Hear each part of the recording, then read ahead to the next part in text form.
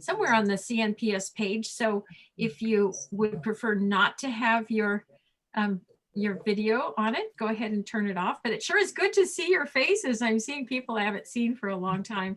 Some I saw last week. And I think Rick just joined us, and Simona, it's good to see you. So I think I can get started now. Just enter something in the chat if you have a question. Let me look and see if Donna's back in. She wrote something. I'm unable to hear anyone. Any idea of what I should do? So Donna, you might log back out and log in. And I noticed that there's a choice that says log in with audio. Someone typed J1. We can't hear you, so you'll have to type that. Can't hear who, Susan? Anyone. She says, I'm unable to hear anyone. So you need to type that in chat. Right. So Donna's the one who's unable to hear. The rest of you are all hearing okay? Yes. Oh, I see what you were saying. I should have typed that. Thank you, Simona. Okay. This is my first Zoom meeting that I'm presenting by myself. We have an off-site technician, and but I'll keep an eye out for Donna, and maybe she'll log in and log out and log back in. But she's very aware of what the wildflower is, so we'll go ahead and get started. I'd like to welcome you to this evening's presentation, which is the second of our 4 Friday evening Zoom presentations during ArtShare April. And for the 39 years that the North Coast chapter of the California Native Plant Society has hosted the Spring Wildflower Show, and many of those years, a wildflower art night was kicking off the show, and artists would gather to paint or draw the wildflowers that they chose from the exhibit. Last year, we were stopped from having an exhibit because of the pandemic.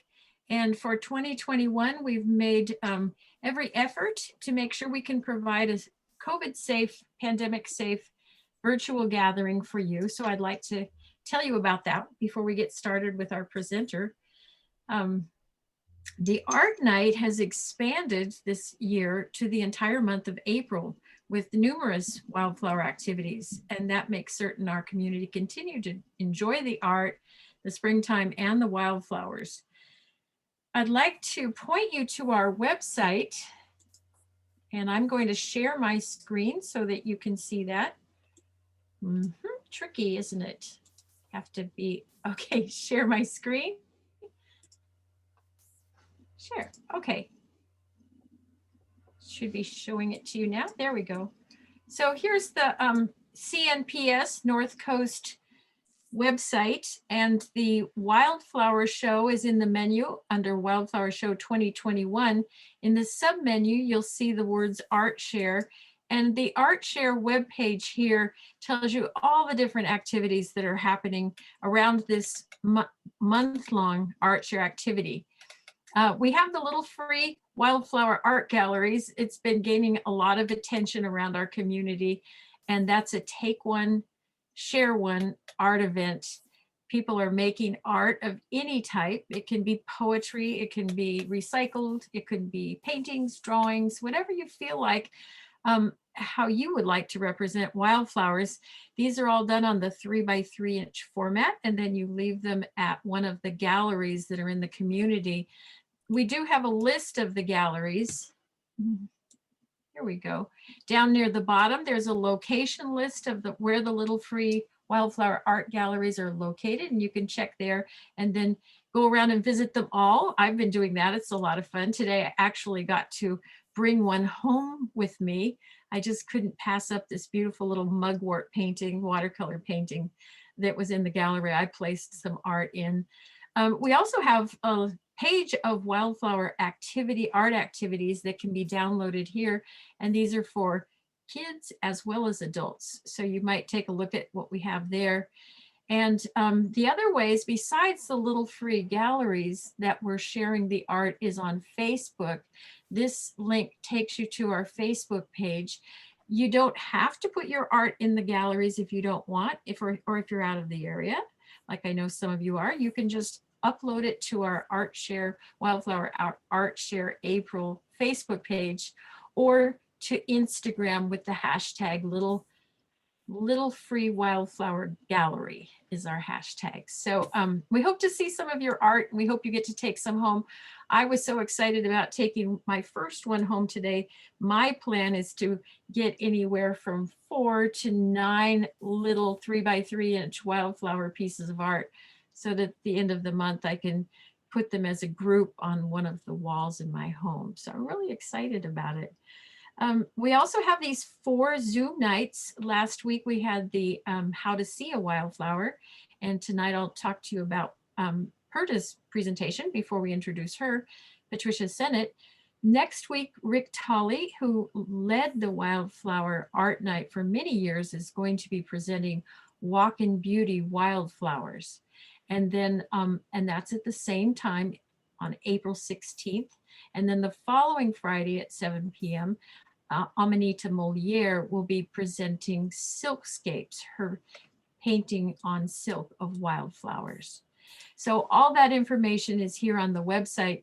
While you're on the website, I hope you also go to the wildflower program for the Wildflower Show, which is going to begin April 24th. So if you click on that link, you'll see there's a lot of things that are planned. There's going to be virtual plant walks. There's going to be a wildflower BioBlitz on iNaturalist. And then there'll be a week of different presentations at 7 o'clock Saturday, Sunday, Tuesday, Wednesday, Thursday, Saturday, and Sunday. So a lot going on. And I hope that you get a chance to look at the website and try a lot of those different activities. Now I'm going to try to unshare my screen. There we go. I'm back again. Annie, I have a question. This is Sure. Simona. Is there a place on the website where it describes the requirements for the art to share? There is, and I think it's pretty simple, Simona. We're just asking people to try to stay within the 3x3 inch format. Okay. And the reason we did that is because these little free art galleries, wildflower art galleries, are generally shaped like the little free libraries that you see around. And we decided to enable the best amount of artwork to be placed in there, whether it was freestanding as pottery or, you know, on one of the little displays or easels. Approximately 3x3 inches is what will fit. So I Makes sense. have seen someone put a plein air painting that was a little bit larger, 6x7, and they happened to put it in one of the galleries that was the smallest. So it was a little bit of a challenge, but that's all the requirements. Okay. That's it. Yeah, great question. Any Thank other you. questions? Okay. Donna, I wonder if Donna's, Donna, are you able to hear? Hi, Annie. Can you hear me? Yes. So you're able to hear. Well, I had to phone in. Okay. So that's why you see my phone number on one of the screens here. So I'm watching you on your usual Zoom feed, but I don't know. I've never had this problem. I just Zoomed yesterday with the Hand Weavers Guild, and I never had a problem. So. Oh boy. Okay. Well, you Who knows? solved it. Congratulations. Yeah, Susan, someone suggested it. Thank you. Yes. Great. Okay. So, and speaking of the Zoom, before we get started with the presentation this evening, we have a few Zoom etiquette things that we usually read before one of our CNPS Zoom meetings, and that's to stay mute unless you're speaking. Just because sometimes dogs run through or we drop something. And if we have a large gathering, then you can use the chat to tell us when you want to speak so we're not interrupting people. Your video can be on or off, that's your choice, but the experience is fun. It is fun to see all your faces, so it's your choice. But the session is also being recorded and will be posted somewhere. So just so that you're aware of that. Let's see, on the screen, you can't see my screen, so I can describe this to you. At the bottom of your Zoom screen is your on/off, your stop video start video or mute or unmute. That's on the left side at the bottom. You can change the screen view of how you're looking, whether you're looking at all the participants or just the speaker. That's in the upper upper right corner of the black border. And if you're looking at a shared screen and you want to move the speaker out of the way, you can just hold your mouse down on that speaker window and just slide it out of the way. So I'll be keeping an eye on chat while Patricia is speaking. And if you have any questions you want to ask her, I can interrupt her or wait till a convenient time so that we can ask those questions to her. Okay, before I introduce Patricia, are there any questions? And you can unmute and say that if you have any. Okay, so let me introduce one of my favorite artists that I'm lucky enough to have some of her art on my walls. This evening, PatriciaSennott is going to be presenting Pen and Watercolor Fun with Flowers. And she, as a I have wildflowers on my brain. As a watercolor artist, Patricia graduated from HSU, and then she began painting on silk. She mainly painted tropical fish, local fish, and native wildflowers. But 10 years after her graduation, she moved to Micronesia to teach art on a tiny island for 3 years. While there, she switched from silk painting back to watercolor and printmaking. On a return to Humboldt, Patricia worked in both watercolor and monotype printing. She studied monotype at Pennington College and at the Ink People Center for the Arts. When she was finished with her courses, she began teaching monotype herself at the Ink People. She taught there for many years until she got her own large press, which she moved to a new studio at Stewart Studios in Arcata, and that was about 10 years ago. She continues to work in that studio and until the pandemic forced us all to stop meeting, she was teaching at the studio for those years too, and she will continue to do that when the COVID restrictions will allow. So without taking any more of the time that we can spend listening to her, I'd like to introduce her to Patricia. Hi. Hi, thanks for tuning in here tonight. I'm really making an effort to look at the camera and not at the screen, so I'm not looking sideways at you, but this wonderful helper here, Jay, is making this all possible at the Ink People. So big thank you to Jay for doing all this. And thanks to Annie and to all the native plant folks for putting this on.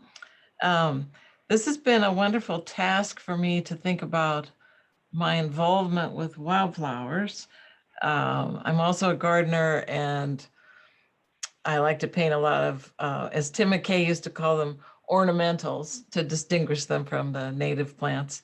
I paint a lot of ornamentals also and birds, but it was fun to just look back and try to think about for tonight, to think about my involvement with native plants. And when I was very young, I lived on the North Shore of Chicago in the suburbs, and we had a forest preserve down the street.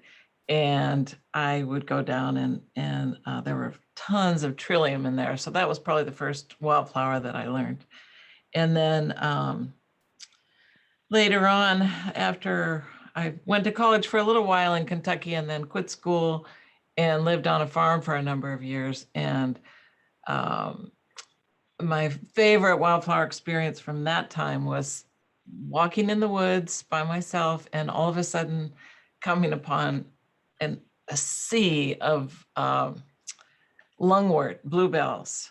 And that's like, I'll never forget it. And that magic, I feel like that magic of discovering those, and that no one had planted them there, that they were just growing there, that just blew my mind. And I love to hang on to that feeling when I'm out hiking. Still, that was a long time ago.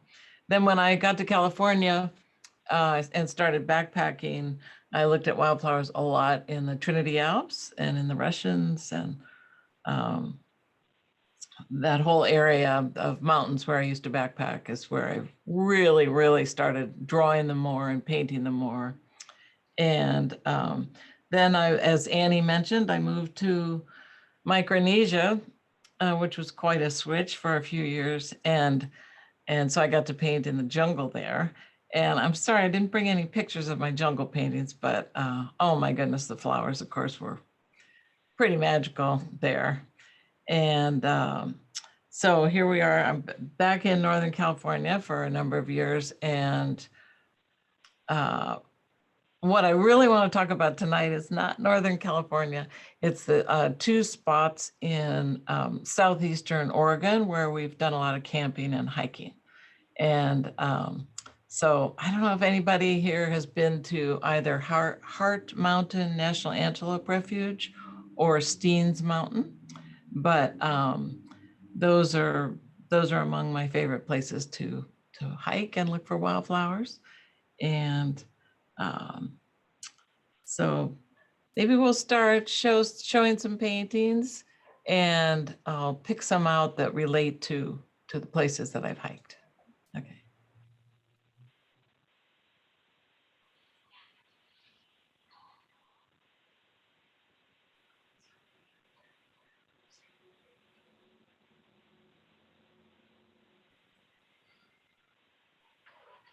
So let's see, could you scroll a little and I'll just pick one from one of the mountain areas. Okay, that's a good one. Yeah. Okay, so we'll start with Hart Mountain National Antelope Refuge, and we've been camping there a number of years. There's some hot springs there, which are really, really inviting, and you know, there's some bugs involved generally, but the experience wins out over the bugs. And trying to think of the flowers there. There's a good variety of like paintbrush. Nothing really stands out about the flowers at Hart Mountain. It's sagebrush, juniper country, and aspen. And we like to camp in a little aspen grove near one of the hot springs. And so this painting that you guys are seeing right now is a memory from that time. And I actually picked a few aspen leaves and brought them home. And so what I did was I wound up looking at a bunch of pictures of the little bird that had, we were actually camping in his area. It was his area. We were the visitors. And so I drew the little dusky flycatcher and then rolled ink onto the aspen leaves and ran them through the press. So it's a combination of actual leaf prints and some drawing of leaves and the little bird. So that's one piece from that part of the world. Sure. Thank you. This Calicortus here, that's from that area also near Hart Mountain. That's from Malheur. And if some of you are also birders, you may have heard of Malheur, or maybe you've even been there to go birding. It's a worldwide spot for birders. And this is one of the Calicortus that grows in the desert, or I guess you call it high desert there. So this is a mixed media. I drew the flower on Mylar first, cut it out, and used it as a stencil. And so I got to go crazy on the background, like just rolling and spattering and stuff, different techniques with ink. And I ran it through the press with the stencil covering the flower shape to get the background. And then I took the stencil off and drew the flower in with colored pencil. So technically this one's a mixed media.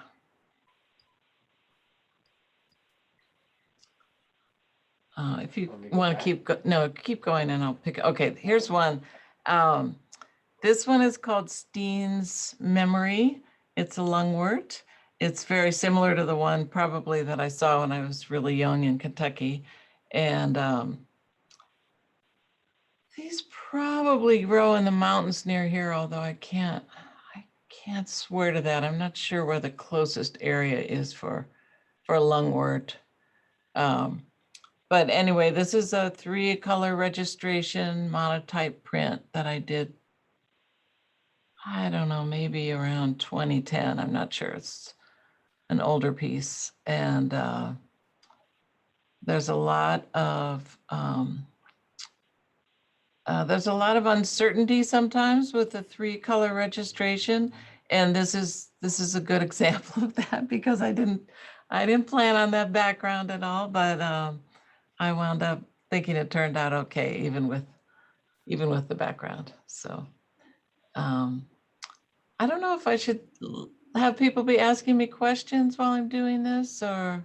Well, Patricia, I was going to ask you a question. Oh, good. Could you explain what a monotype is? Oh, yes. Oh, sorry. Yes. You know, I didn't bring any of that equipment here. I couldn't quite figure out how to show you here, but basically a monotype is a one-of-a-kind handmade print. I use a sheet of plexiglass, and I roll a thin layer of ink out on a sheet of plexiglass, and then I wipe away with Q-tips and paper towels. So I work subtractively. And for the 3-color registration, that's a little harder to explain.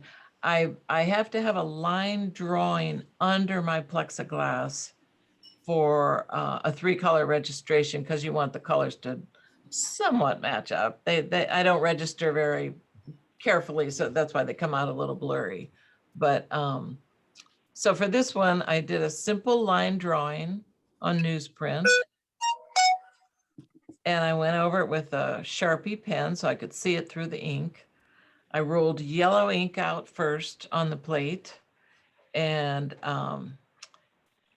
wiped away wherever I didn't want any yellow, and printed that, and then cleaned the ink off, ran magenta ink out on the whole plate, and then wiped away where I didn't want any magenta. Sorry, this is probably not making sense to some of you if you haven't seen the equipment, but it's much easier to do than it is to explain. So you should just come visit my studio sometime when we're all past the pandemic, and you'll get a better idea.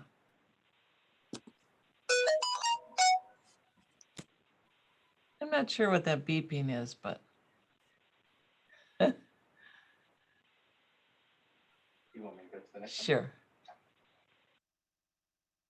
Okay, this is a Clintonia from much closer to home. This one I saw up at Jedediah Smith years ago. And it's the same as the last one. It's a 3-color registration monotype. And it was a little challenging getting the right pink for the Clintonia, but I had a lot of fun trying that. And the other wonderful place to see Clintonia, although not many of us get the opportunity, but I have seen Clintonia many times down at Morris Graves' home in Lolita. There's a wonderful stand there, but you can see them in the Arcata Community Forest also. Are there any questions? Okay, I'll keep going. Oh, you know, while I showed the pieces from Southeastern Oregon, maybe I should show the photos to give people an idea of where those places are. So can we switch to the showing these photos? Oh, yeah. No. Okay, great.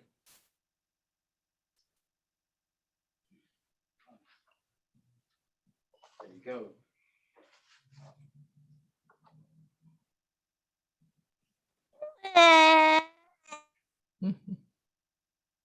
Thank you.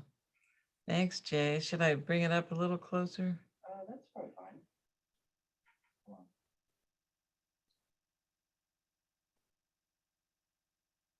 There you go. Thank you. Okay, so I did not have digital copies of these photos, but I hope nobody minds. I'm just going to show you a few images from southeastern Oregon, which I was mentioning, which has been provided a lot of fodder for looking for wildflowers. So Steens Mountain is, oh gosh, it's about a 50-mile long fault block mountain that just rises up out of the high desert. The desert, the Alvord Desert out there is about 4,000 feet, and Steens runs up to about 9,700 feet. And you can see it from many, many miles around. This is a view from the west side, and that's, oh, unfortunately, it's got the name of Gun Site, which is, it's hard to not use that name because that's what everybody calls it. But it has this notch, this wonderful notch, and you can see that. We've seen it, I'm pretty sure, from about 70 miles away. It's quite a stunning view. So Steens Mountain, geologists really go nuts there. It's there are all these gorges, and there's hardly any visitors whenever we've been there. And these magnificent deep gorges. Here's just a couple shots of Kyger Gorge. One problem with Steens is there are still a lot of cattle on parts of it, but parts of it are free of cattle. So I think it ranks up there with the Grand Canyon. I know it's not quite as big, but it's just completely spectacular when you're standing on the edge of one of these gorges. There's a few more pictures of Steens and Kyger Gorge. And on the edge of those cliffs, they're kind of hard to get to some of the flowers on the edge of the cliffs, but these are among my favorite flowers from the Steens, and they're, let's see, they're alpine phacelia. So we have a lot of different phacelias around here, and this is one that's in the high desert and up on top of Steens Mountain. It's one of my very favorites. So that's a really fun one to draw and paint. And then just one more shot. I didn't bring any photos from the hot springs at Heart Mountain, but in all the aspen at Heart Mountain, there's many of these wonderful, all different yellow composites. I, of course, don't know which yellow composite it is. There's so many, but so there's a shot from Heart Mountain under the aspen.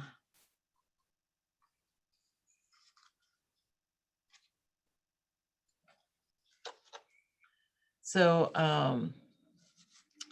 we can go on to a demonstration if people would like that.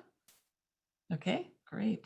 So I did say fun with pen and ink and watercolor, and so I brought some inks and some watercolor and some samples. And I was going to draw with a stick. I really like drawing with a stick, and I like the unpredictability of it.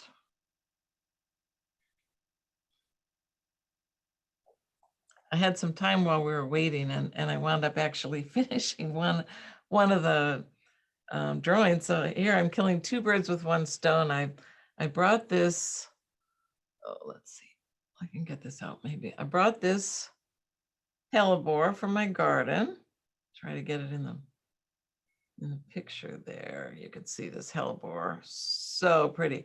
I got a mirror image here, so I'm trying to get it to show. Okay, you can see the hellebore there. Not native here, but oh well, that's all right.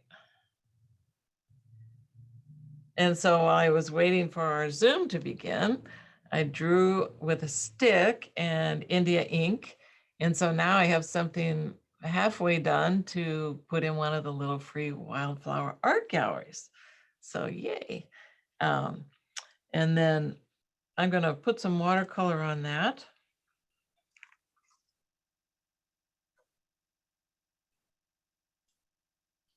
I know we have some very accomplished watercolor artists out there, but I did have a request to do a little demonstrating, so I will do that. And please ask if you have any questions.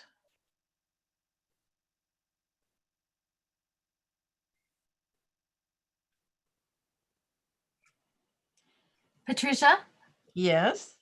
Someone asked if they could see the stick. If you could explain a little Oh, more about that. yes, Michelle. of course. But you can keep going for now, but when you're ready to Yeah, stop. no, that's a great idea. I meant to show that. So I'm kind of a slow painter, and it's funny because it's a similar technique with the printmaking is I like to work kind of transparently, and then you have to, if it's watercolor, then you have to let things dry a little bit before you do your next layer. And I have a hard time using straight color, you know, because I like to blend. So I'm starting with some phthalo blue on the leaves, and then I'll add some yellow.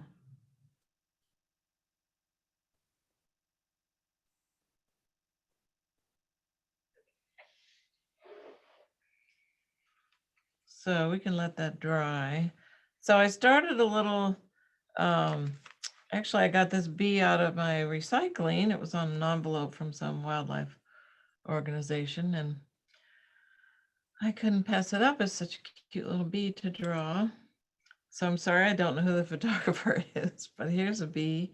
And so this is the stick I'm using. And I truthfully have no idea where it came from. I can't remember, but I like it. I've used it for a long time. And the thing I like about the stick, well, actually a delicate little bee probably isn't the best for it. It's very unpredictable how much, you know, how much ink is going to flow off it. It's not like the other things I love to use are these Faber-Castell pens, which come in many different types of points. Those are much easier to control, of course. So with the stick, you just kind of have to guess how much ink's going to come off it. But you can keep a little blotter nearby.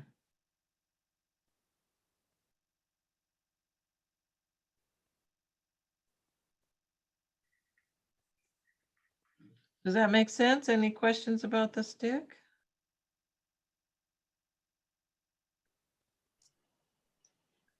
Patricia, is the stick a found object or Yes. so you just found a stick and you've had Well, it and then sharpened it a little. sharpened it and Yeah. it looks like it's kind of formed to your hand as you've used it through the years. That could be. That's Yeah, so cool. that could be. Thank you. You know, if Rick is still tuned in with us here, I'm wondering if Rick gave it to me. Rick Tolley.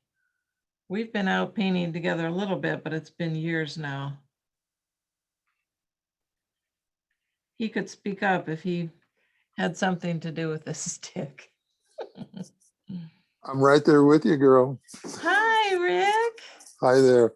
No, I'm pretty much a brush fanatic, Okay.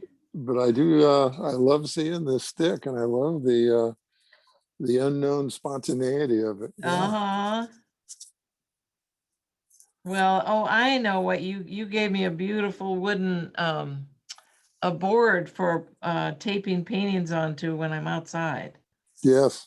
Yes, that's what you gave me. I remember that. Yeah, I'm old school with watercolor. I'll stretch it. I love it. That's great.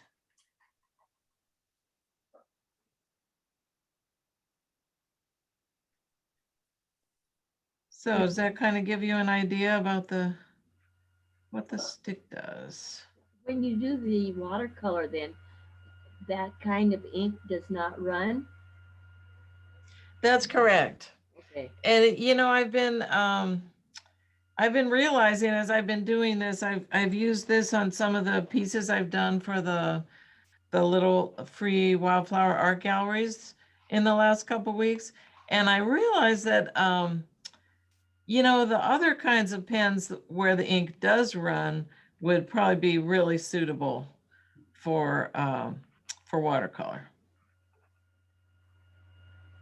So I should try that also. So that's India ink. And This is India ink, yeah. And where do you get it? I got it at the Art Center, my favorite local art supply store. Well, actually, I have to admit, I love Ellis also, but yeah, this is from the art center. Okay, I'm gonna let that dry and go back to the little hellebore. Oh, here's another one in progress. I brought a few things in progress. So here's a little tiny hellebore for the little free wildflower art gallery. I mean, not hellebore, trillium from the side. For some reason, that's all I've been putting in the gallery so far. It's been trillium, both red trillium and white trillium. But it's fun to think of them going out to their new homes. So here is, here's one I did last summer with a stick, and I haven't painted it yet, but it's ready to get painted. It's Cosmos from the garden. And you might have already seen this one online. Here is the Kurabayashi trillium, which is just so spectacular right now. And it's so fun that so many people who've never seen it before are discovering it. And because I keep seeing pictures of it online, and I just love, oh, I've seen some really, really beautiful pictures. Sydney, maybe Sydney's here with us tonight. Sydney Larson has just posted some really spectacular photos, and I'm not sure who else, but I was able to walk up at Redwood Creek Trail a few weeks ago, and that's where I saw this one. So this was with two different kinds of pens, but not the stick. This was with the these Faber-Castell pens, and they have a huge selection of these at the art center if you're interested. And I kind of haven't decided if I'm going to add color to this or not. I don't know. Okay, back to another in progress. Actually from last year, I think. Here's a hellebore from my garden. It's got a few layers of different watercolors on it, and hopefully I will finish it sometime. All right.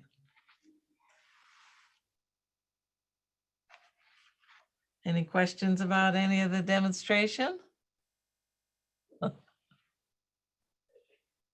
Okay, maybe we'll go back to the slideshow. I did see, someone asked what type of ink it was, but it looks like you answered that, right? The ink I was using tonight, it's India ink, and it's Speedball. Okay. Super black. You want to be really careful when you're using this because it is absolutely completely indelible. It's permanent ink. So there's your little warning. And then you mentioned that you would use a different kind with the watercolor that wasn't indelible. What type was that? Yes. There are some wonderful pens. I didn't bring them tonight, but you'll see, gosh, the art center or wherever you like to get your art supplies, there are many different water soluble pens, which are really fun, and they come in all different colors. So you might like to mix those with watercolor. And especially if you don't, if you don't do a lot of watercolor, those pens, you can just buy some pens and you don't have to fool with the palette and brushes. You can just have like one brush to wash with. And that's a really good idea. Mm. Yeah. Nice. And Sydney also asked if you ever use watercolor when you're out in the field. I do. I'm not one of those like really full-on plein air painters, but I love to paint outside part of the time. Yeah, definitely. I have a little chair that I got from Dan Smith a long time ago, and sometimes I'll hike with that chair and just have a little tiny stool for my supplies. And I'll bring like one of those boards like I was talking about with Rick, just a simple lightweight board. Or since I have so many sheets of plexiglass from my printmaking, I'll have like a real sturdy sheet of plexiglass to tape my paper to. And yeah, it's a lot of fun to work outdoors. I do it sometimes in my garden too. Thanks.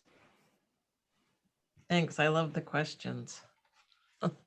So we're going to go back to the slideshow here and I'll talk about some of the pieces. Let's see.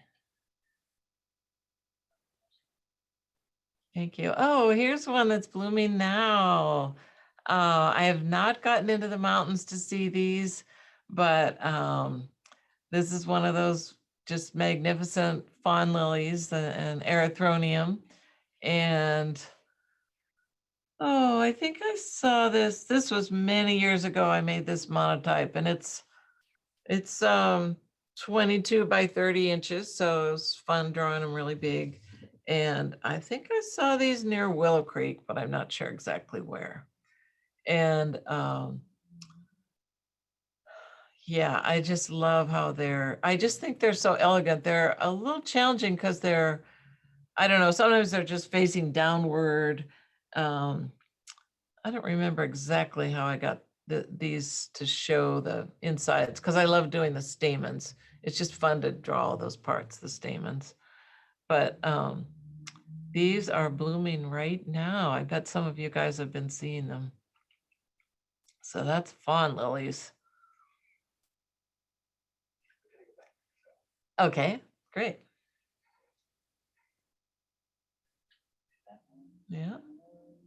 So here's I know we're talking about wildflowers tonight, but I also really love to draw birds and paint birds, and I realized that this one had a jack-in-the-pulpit in it, so I thought I could share this one too.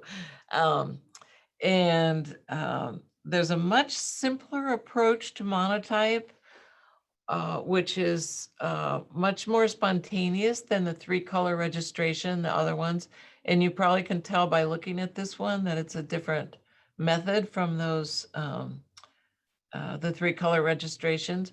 This one, I don't even know if there's a name for it. It's just sort of an all at once kind of print where I have my piece of plexiglass and I would use a lot of recycled ink from my students' palettes. And so for this kind of print, I have 3 little brayers, little rollers, one yellow and one magenta and one cyan blue. And on this, I rolled out some inks on different parts of the plate. And you can see the kind of angular marks. You can see where the roller stopped abruptly. So this was just very spontaneously rolled out, just colors on the plex. And then I used Q-tips and probably a stick, a lot like the one I was drawing with tonight. And I started removing ink. And so wherever you see white in this image, that's where I removed ink. So I just basically drew with Q-tips and paper towels. And then, so I made my image on the plate. And then I put a nice thick piece of damp paper on top, cranked it through the press, and the ink went into the paper. And that's what the monotype is. So that's a little easier to understand probably if you're not watching the process. That's a all at once kind of monotype, just one time through the press. Thank you. Yeah. Okay, here's a local one. Gosh, I love the experience of seeing these. These are gentian, and there are many different gentians that grow in the mountains near here. And when I used to backpack, I would see that was just the most amazing flower because, you know, you had to hike a long way, you're up in the mountains, you really do some work, and then you get rewarded by these amazing flowers. And all the years I've lived here, I moved here in 1980, just left for 3 years. I never knew until a few years ago that these are blooming in Trinidad. I just absolutely could not believe it. So anyway, these are very, very tiny flowered gentian. They're on, they're very hard to spot, but they they were growing. I remember it was Labor Day when we first found them. This was a number of years back, and there was kind of a windstorm happening, but we got some good enough pictures and I was able to draw.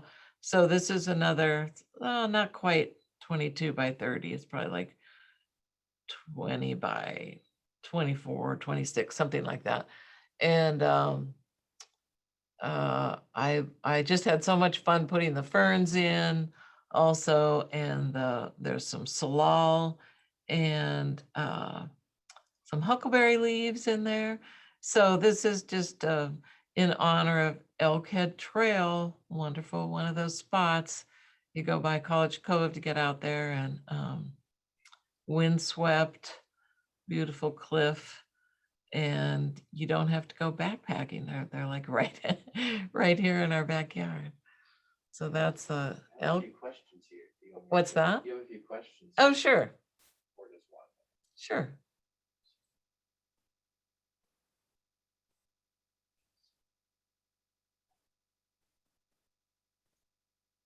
If you don't have a press, can you print using a rolling pin? Oh, yes. Oh, absolutely. You can print without a press. That's a great question. I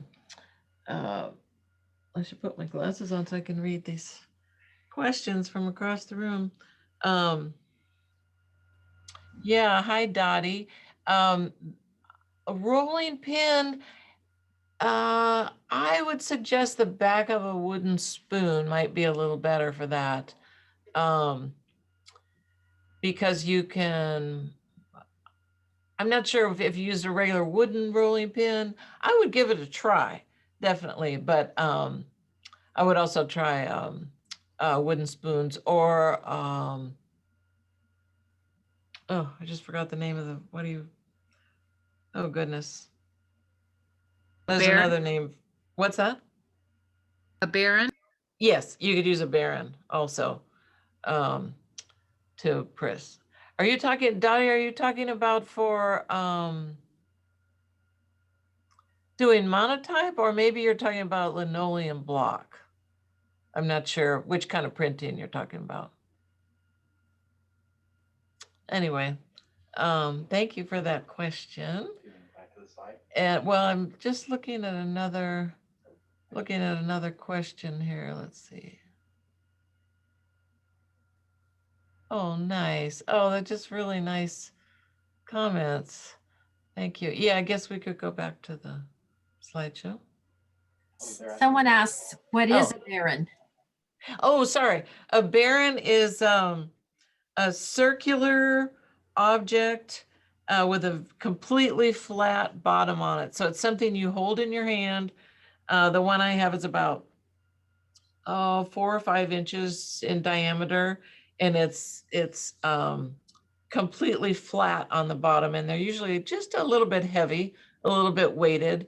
And if you're doing a linoleum print or wood block, you often will say, here's your linoleum, you put your paper down like that, and then you press really, really hard. Like I could pretend this was the baron. You rub really hard like that to transfer the ink from the linoleum block or the wood block onto your paper. So a baron is about a 4 or 5 inch in diameter circular object. Is that the same kind of a watercolor then, or an ink that you're using for that? For that, it would be ink, I think, or acrylic. I've seen people do it with acrylic too. So you've used several different kinds of materials in the pictures you showed us. Oh, in what I showed you? Yeah. Let's see.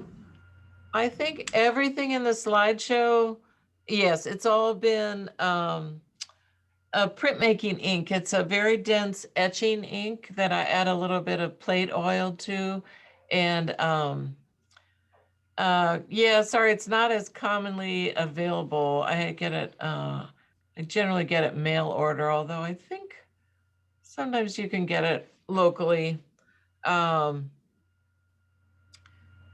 Yeah, that's pretty different from watercolor, sorry. Okay. It's etching ink. Sure. Patricia, Yes. it's about 10 minutes to 8, 9 or 10 minutes to 8. Just, I don't know if you have a clock there, but just so you'd know that we'll watch for more questions, but you might want to Thank you. consider wrapping up within the next Okay. 10 minutes. Okay. Okay. Thank you. I will. I know some people have to leave at 8, so. Oh, that's fine. Maybe we'll just look at a couple more in the slideshow. How's that?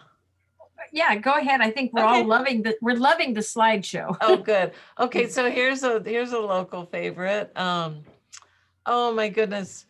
These things are so tiny, and I know lots of folks in the native plant, the Facebook sharing group, I don't know if what it's called, Friends of, it's a fairly recently formed group where people have been posting their images that they shoot on the trail, and so many people I see are discovering this plant this year. It makes me so happy.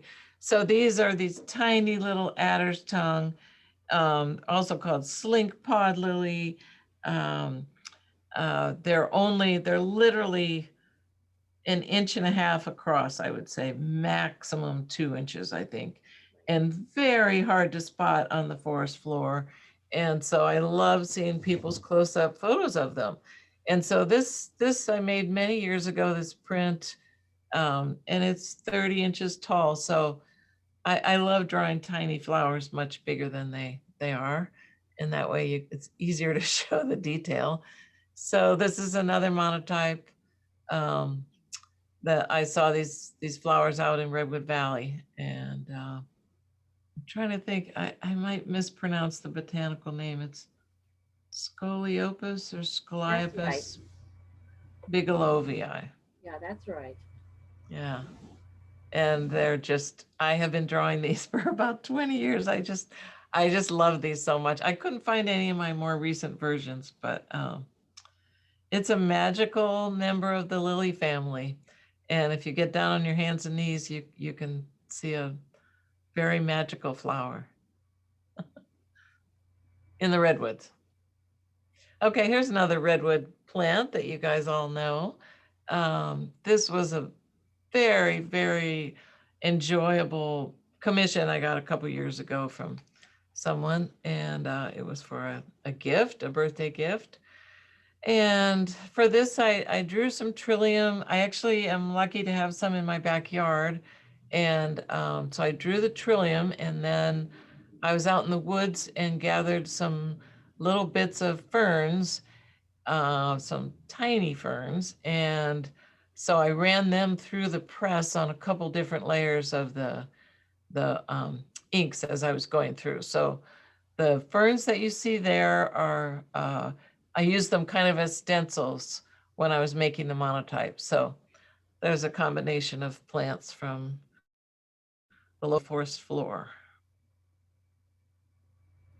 And then this is called Summer Solstice. This is from, I believe, last year. And they are ornamentals. They're not native wildflowers, but it's similar. It's a salvia that I grow in the garden. But on the right there, I did put a native that I've seen in the mountains. It's called Woodland Star, the little tiny white flowers. So I kind of mixed it up. It's both garden and wild there. Yeah, thank you.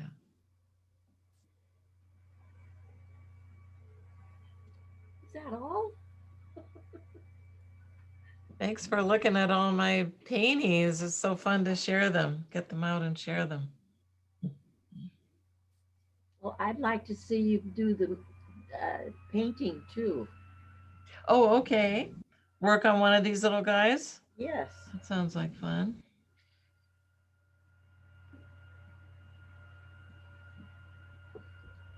We had a really amazing late evening light coming in here. It's pretty much gone now, but this is such a nice room at the Ink People. And Jay and I were really enjoying the shadows that were happening earlier. Now it's a little bit different light.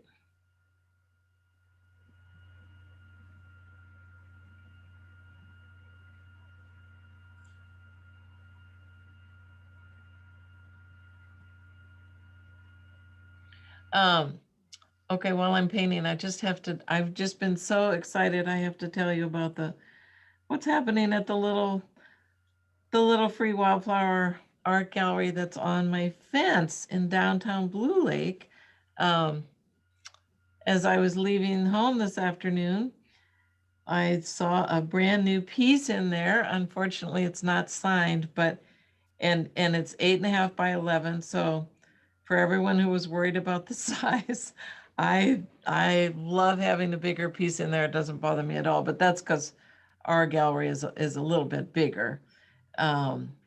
So I'll be posting that on our Facebook page. I haven't shared it yet, but it's absolutely marvelous drawing of a man with a bouquet, and I'm determined to find out who drew and painted it, because it's delightful. So maybe tomorrow, if you look at our Facebook page, you'll see the new piece that's in Blue Lake that could be yours if you came to visit.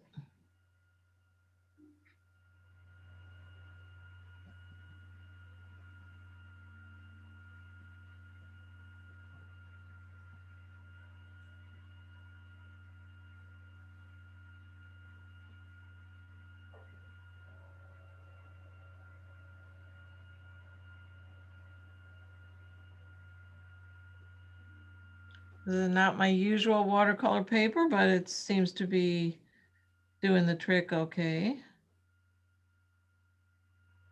I've got some really stiff paper for the purposes of the little free galleries. That's right. That was, I'll interrupt for just a second.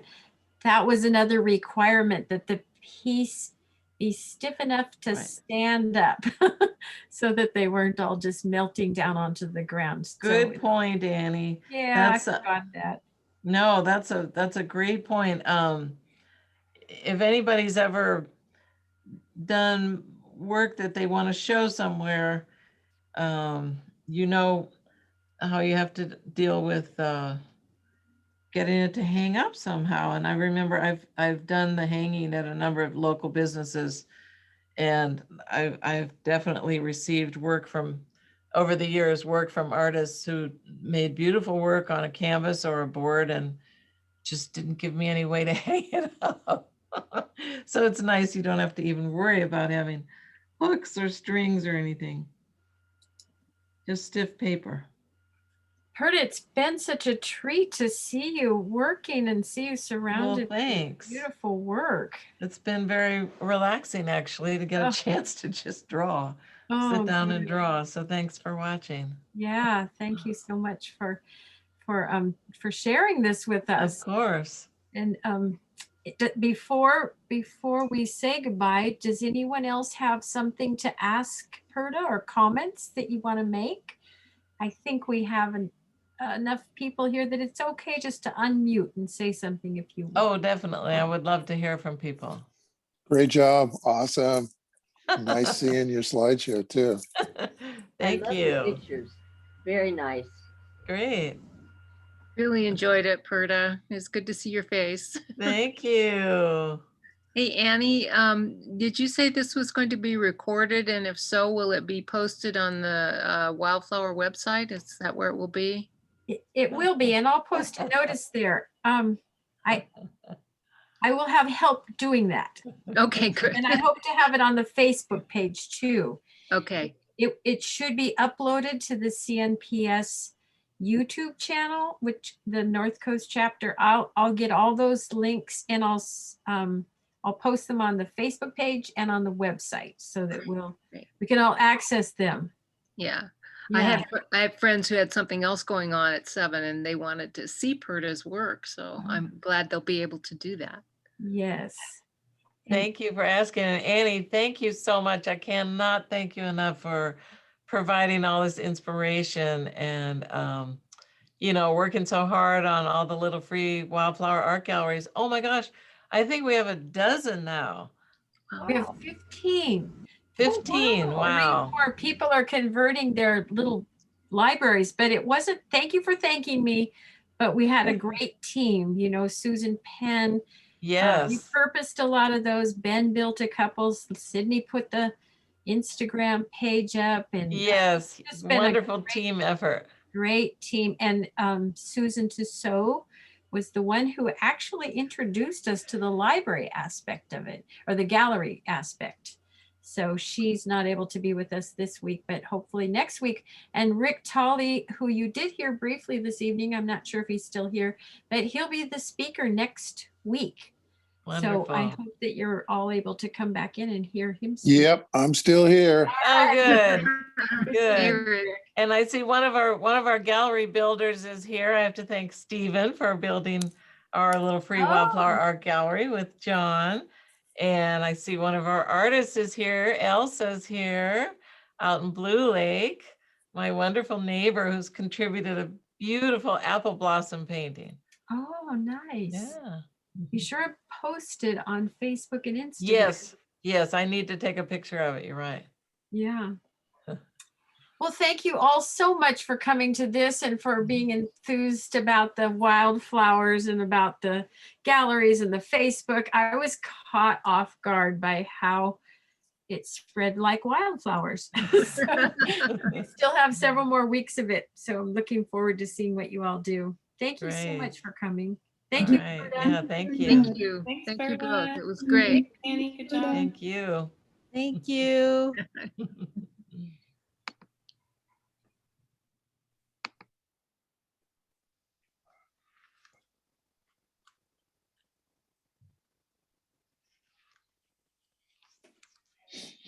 Okay. Thank you, Patricia. Thank you, Perta. Thank you, Annie. That was lovely. I'm going to sign Good. off now. Okay. Yeah, I'll see you next week. Oh, We'll good. walk I'm up looking the, forward to North seeing Fork. you, Rick. We'll walk up the North Fork of the Mad and look at the lupin and the poppies. Fantastic. That sounds good. And Jay, who did this, who was the technical presenter on this evening's Zoom meeting, will be presenting for you also. I look forward to Fantastic. working with Jay. Awesome. Yeah. Yeah.